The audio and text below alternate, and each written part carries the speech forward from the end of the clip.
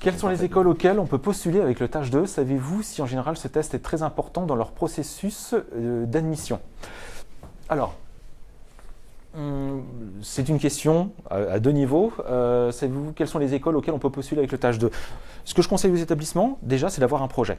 Aux candidats, c'est d'avoir un projet. Intéressez-vous à un ou plusieurs établissements. Voyez quelles sont leurs conditions d'admissibilité. Si vous avez le test tâche 2, très bien, passez-le avec eux, aucun problème. Ou avec nous. Ensuite, pourquoi ne pas maximiser votre recherche d'établissement, votre recherche d'école de commerce, de formation en école de gestion. Donc, regardez quels sont les autres établissements qui utilisent le test tâche 2 en fonction de vos intérêts. Aussi, n'allez pas faire une école spécialisée dans la RH si vous n'aimez absolument pas la RH. Ça recrute pourtant.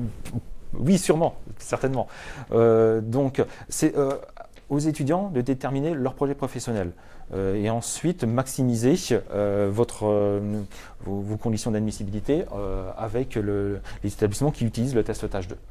Savez-vous si en général ce test est très important dans leur processus d'admission? Deux cas de figure, soit l'établissement l'utilise simplement pour écarter les 30% des candidats les plus mauvais, donc ensuite les moins bons. Voilà, les moins bons, et optimise son processus, continue son processus de sélection avec des entretiens, des oraux, tests d'anglais ou autres, ou alors le test tâche 2 est utilisé en mix avec une pondération avec d'autres types de tests, par exemple un test d'anglais et du type TOEIC ou Et ça, on le sait en général quand on candidate à l'école, ils nous disent votre dossier sera examiné, ou c'est un peu la black box des admissions?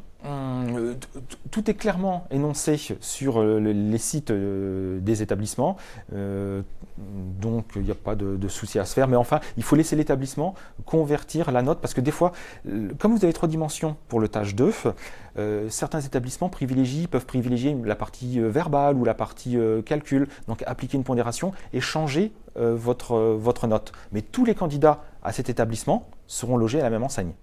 Et toi, du coup, Romain, par rapport au tâche 2, tu vises que Schema, c'est ça? Oui. Et tu sais, tu as pu regarder, par exemple, sur le site internet, si le tâche 2 avait une place prépondérante ou pas dans le processus d'admission? Je sais, pour Schema, il demande 2 prérequis, donc le TOEIC, un score TOEIC. Donc il y a un test d'anglais. Un test d'anglais et le score du tâche 2, tout simplement. Donc on peut supposer que ça sera assez important. Oui. Et après, il y a des entretiens et oraux. Après, en plus de cela, il y a aussi un petit coefficient sur le dossier qu'on doit envoyer à Schema, donc se dire l'aide de motivation, ce qu'on fait, pourquoi on va aller là, qu'est-ce qu'on a fait avant, projet professionnel, tout plein de choses que les internautes pourront voir.